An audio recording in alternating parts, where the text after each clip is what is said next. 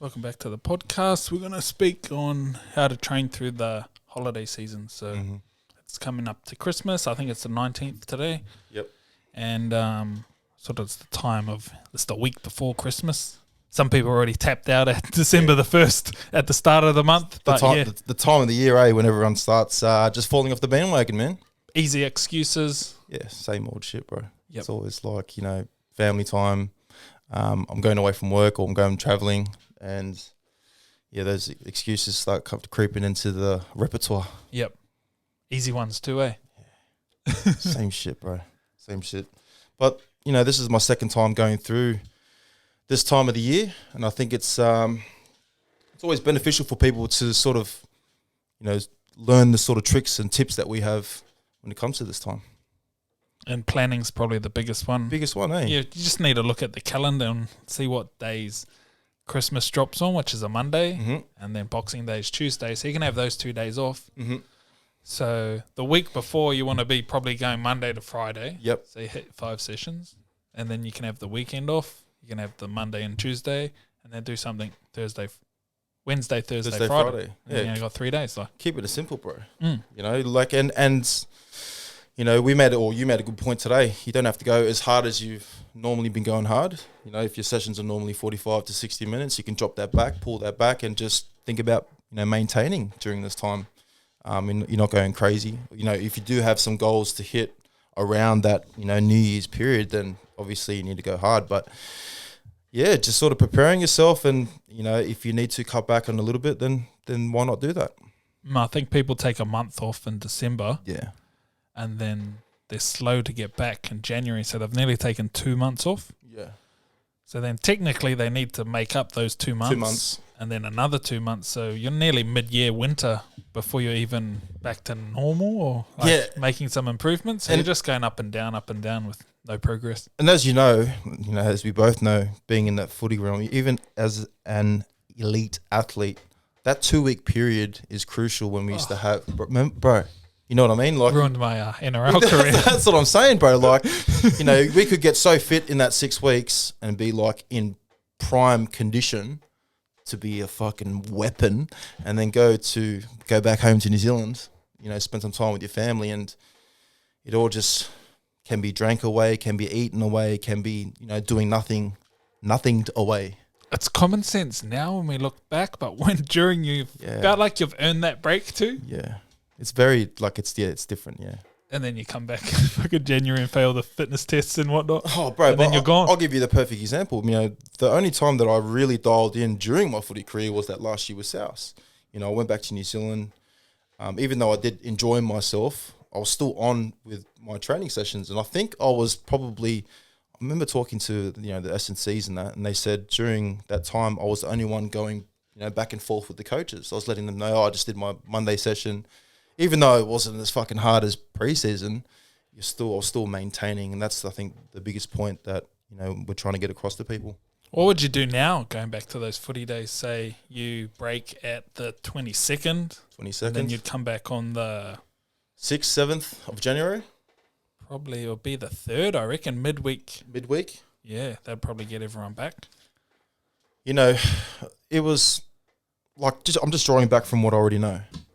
The sessions that I did during that break were very similar to the conditioning ones, were very similar to the blocks that we had during training, but they were just dialed back. So instead of doing, what's fucking something, an example, those mash runs where you're going, 60 meters or 70 meters in 15 seconds and then in a turnaround of 15 seconds and then going again, you're just pushing at the time just a little bit.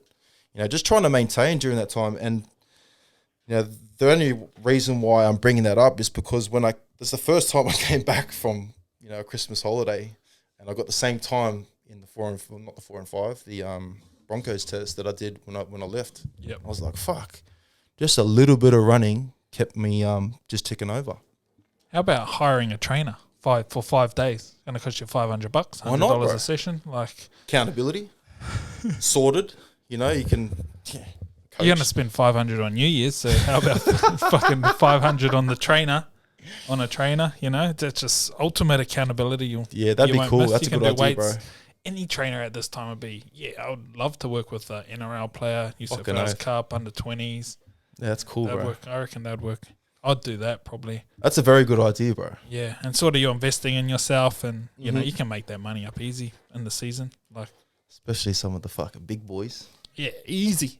It's easy. So, what about little workouts? So I think I did a little bit of content on just instead of doing your 60-minute workouts, just drop it back to 30. Yeah. So we're sort of just trying to maintain through this period instead of just fully drop off. Yeah. So when you get back to proper training again, It becomes easier. you're not behind Yeah, already. you're not behind. I think that's the biggest point, bro. Like, just not being behind, and you don't have to go as hard as you normally do. You know, if you're an example, if you've been working towards Christmas and you know you're hitting a certain weight on your back squats, let's say you're hitting 100 kilos, you know, not actually stopping and doing back squats, just dialing it back. You can work from an air squat all the way up to 60 to 80 kilos. It doesn't have to be heavy, just as long as you just tick in that box, so that when you come back after the Christmas period, after New Year's, you've still got a little bit in your tank. You can sort of treat it as a deload Yeah. as well. You Fucking can do oath. heavy weights, but then just less reps and sets, just so your body's still in touch with it. Or you can do higher volume. Just do anything, just not nothing. Yeah. That's what we're sort of trying to You get know at. what was real cool, bro? Like, you know, I've just been overseas for a bit and I came back and we jumped into the machines today. And I haven't done machines in fucking ages. And it was nice to just tick the boxes, bro, and just keep moving during this time. Because normally our Tuesday sessions are very, very hard. And today was just like a different hard. Yeah. And it was enjoyable. Like, I didn't feel like I was, putting myself through too much. It was just enough to, get that pump, make me feel good, and then be able to carry on with my day. Yeah, we did machines. It's a good day. Fucking I've been mad. doing them last couple of weeks since you've been away with Xavier. So, yeah, good little pump sessions. I like it, bro. Isolation's mad, eh? You can Yeah. see why bodybuilders are so big. Mm. Because they're just... Like We you did said- a whole upper body day where sometimes they do body part specific, and we're like, Jesus, doing Bro, I 20 look- sets on a body part would be like, way too much. I'd fucking look like I'm on the roids if I started doing that shit again, bro. What about diet through this holiday period? Yeah, just been, some of the old lessons that we've brought up. The biggest one that I've heard from you is, just fasting during the morning, Yeah. and just making sure you're eating from 12 to 8 o'clock. You can still have your snacks or have your, your playful foods, but just sort of not trying to compound it. I think that's where I fell short, bro, in overseas. Yeah. I was eating breakfast. I don't normally eat breakfast, and I'm just hitting myself with an extra fucking 1,000 calories in the morning, and then eating normally like I did in the afternoon, and it was just overflowing, and it certainly doesn't help. They have a good coffee over in the Philippines. It's like here, but it's not. Australia's too good, for coffee. Yeah, like the only places that you can get good stuff is like Starbucks, in my opinion. But a long black is called an Americano. Yep. Correct me if I'm wrong. So, and even, it's weird, bro, like even the way that you say the words, like I'd say Americano and we're like, what the fuck is this guy saying? So I'd have to just say it in like an American slang. Yeah, it was all weird. Left field. What about little mini workouts? Like, I love the push-ups. Yo. I've been doing the ladders on the chins. I think those are real good. I reckon just one of those a day. You could do one push-up ladder a day. Ladders 1, 2, 3, 4. When you fail, just go back to 1. Set the timer for 5 minutes. You can do it even if you're hungover. You just do less reps because you're buggered. Like, you know what I mean? There's just a time limit there. You're just getting some movement through the body. I feel like that 5-minute ladder push-ups is gone. Maybe we should have a fucking play around with that too, bro. And I feel like, those 5 minutes do get plenty of results for us. Yeah, that's a good point. 5 minutes. Yeah, and if you're a bit tired, you can just take as much rest as possible. As You you just got a 5-minute limit. You can do 3 push-ups if you're really buggered, but that time limit just holds you accountable. And even with mobility, I've broken it down for people through this holiday period, just to break things up, just maintain, try and tick the boxes, just so tick things along while you don't want to go backwards and then start again in January. What would be some main things that you'd like keep to during this time, bro? I gave the hip flexor stretch, 2 minutes each side, frogs, just all the passive stuff. The passive are stuff. really good. Yeah. Stuff Yeah. that you can sit on the ground and just be Yeah, like, no equipment. I'm hungover. There's no no excuses of you need to go get a dumbbell to do J curls or Yeah. something. You only need floor space or the wall. Mm. So keep it simple. Yep. Do a little bit each day.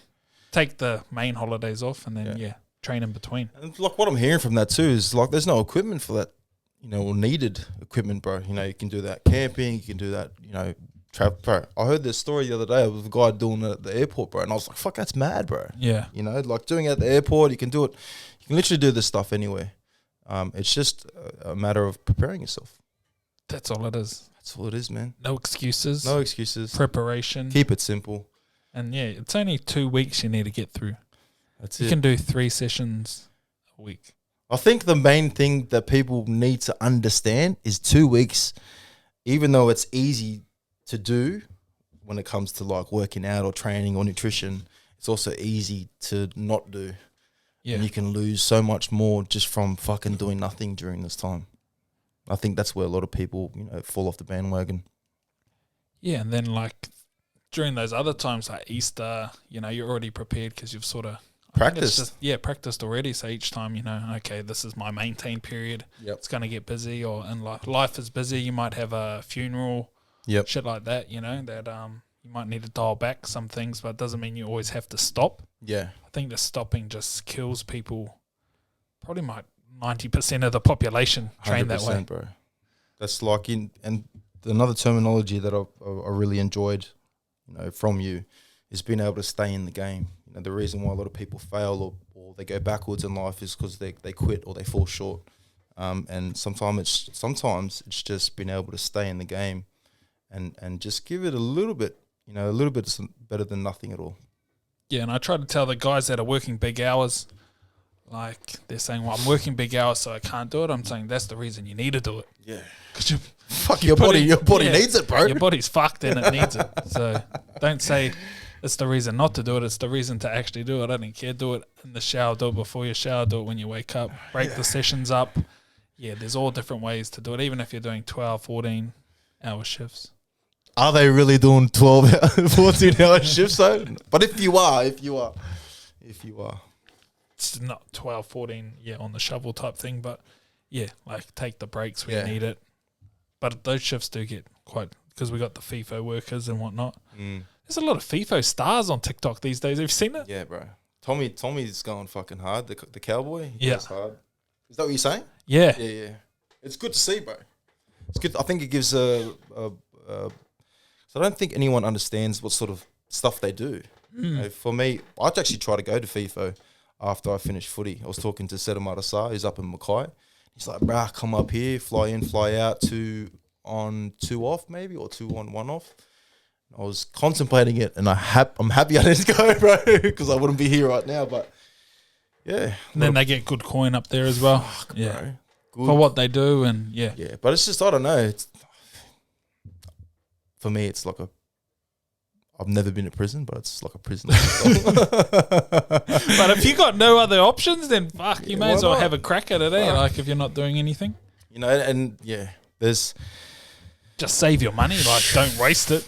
that's it, bro. Like, people go in there with just no game plan and they just piss it up the wall. Just like anything, bro, Yeah.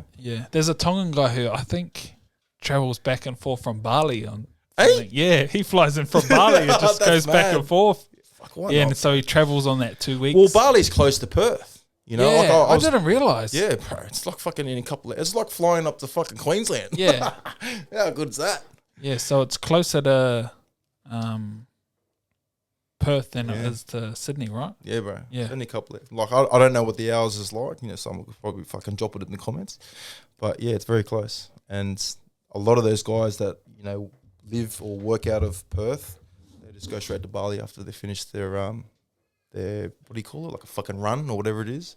And they just go back and forth. Why not? What a lifestyle, bro. Any other little tips and tricks? That's all I can think of, really, bro. Stick to body weight. Like Yeah, you don't need another equipment. Like that takes out one excuse of going to the gym, Yeah. which is hard to get away when you're with family all around. Mm-hmm. having a conversation with the family. Letting them know. Shut the fuck up, I need half an hour. Everyone just leave me alone Listen for here, 30 fucking minutes. shut up. Okay? Yeah, Can you give me 30 minutes of the day? Yeah, that's all it is, man. Preparing, like getting up early, preparing your little spot. Let's say if you're going to fucking Bali and getting into a villa, there's plenty of room in your villa to, set up your little yoga mat, or if you don't have a yoga mat, then just setting up your little area. And then, putting on a bit of music or, whatever you want to listen to and just nailing it for that 30-minute period. And then after that, jump in the fucking pool, get ready to face your day. And if you're getting pissed every day, maybe have a look in the mirror and fucking ask yourself some questions of why.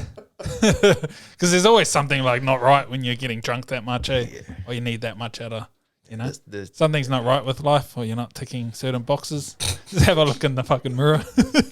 And ask yourself this question: what the fuck am I doing with my life? Exactly. We'll finish on that. Shop, bro.